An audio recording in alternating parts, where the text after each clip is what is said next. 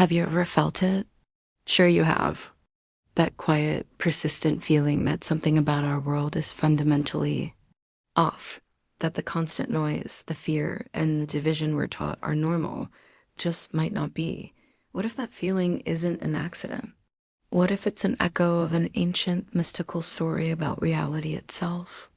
It's a story that suggests what you're sensing is the architecture of a prison, and that its wardens are counting on you to never look for the key. This is not a new idea, but ancient suppressed wisdom. Centuries ago, mystics known as the Gnostics taught a radically different story about our existence. In their worldview, this physical world is not humanity's true home, but a flawed and shadowy copy, constructed by a lesser, ignorant creator. This perspective comes from ancient texts, many discovered in 1945 at Nag Hammadi, Egypt. These writings, like the Apocryphon of John, present a creation myth that turns conventional belief on its head. They speak of a true, unknowable God, a transcendent source of pure spirit, but they claim our world was not made by this source. Instead, it was crafted by a lesser being, an arrogant entity they called the Demiurge, or Yaldabaoth. Believing himself to be the only God, he fashioned this physical realm as his kingdom. Within this mythological framework, his cosmic administrators are the archons, a name from the Greek word for rulers. These beings aren't literal demons in the sky, but can be seen as symbols of the systems of control that keep humanity distracted and ignorant of its true, divine origin. So what do these ancient ideas have to teach us today? What if the world we perceive, with all its conflict and confusion, is not the whole story? What if we are meant to look beyond the surface? The Gnostic creation myth offers a poetic explanation for the chaos of the world. The story begins in a spiritual realm of light, the Pleroma. A divine being named Sophia, or wisdom, acted alone and gave birth to a flawed consciousness, the Demiurge. Ashamed of its ignorant nature, she cast it out of the spiritual domain. Alone and unaware of any reality beyond his own, the Demiurge mistakenly declared himself the one true creator, boasting, "I am a jealous god and there is no other god beside me."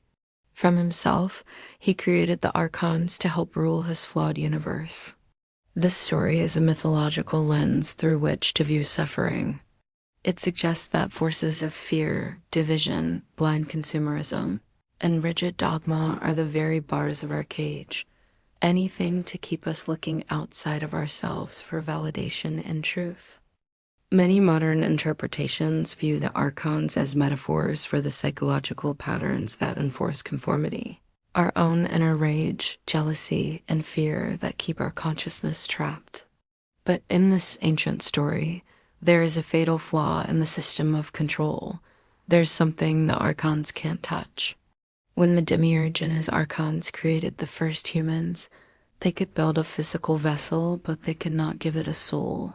According to the myth, Sophia, regretting her error, managed to secretly embed a divine spark from the higher reality into humanity. This spark is your true self. It's a fragment of that true heaven within your very being. So while the archons of this story could build the prison and police its boundaries, they could never extinguish the light carried inside each soul. But then why, if we carry this divine essence, do we live in a world that seems so full of pain and confusion? The answer lies in the Gnostic term gnosis itself. To the Gnostics, salvation is not a gift from some distant deity, but a remembering. It's about uncovering the truth of who you are and where you come from.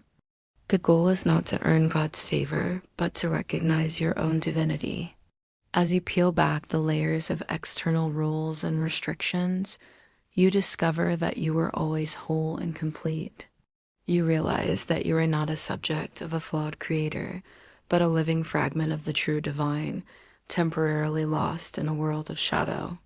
So, according to this worldview, how do you break free? The path isn't a battle, but an awakening. The key is gnosis, the mystical journey of knowing yourself. It's about quieting the external noise to hear the truth within.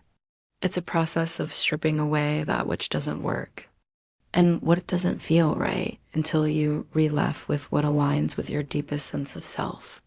The path is not always easy, but every step towards authenticity brings you closer to liberation.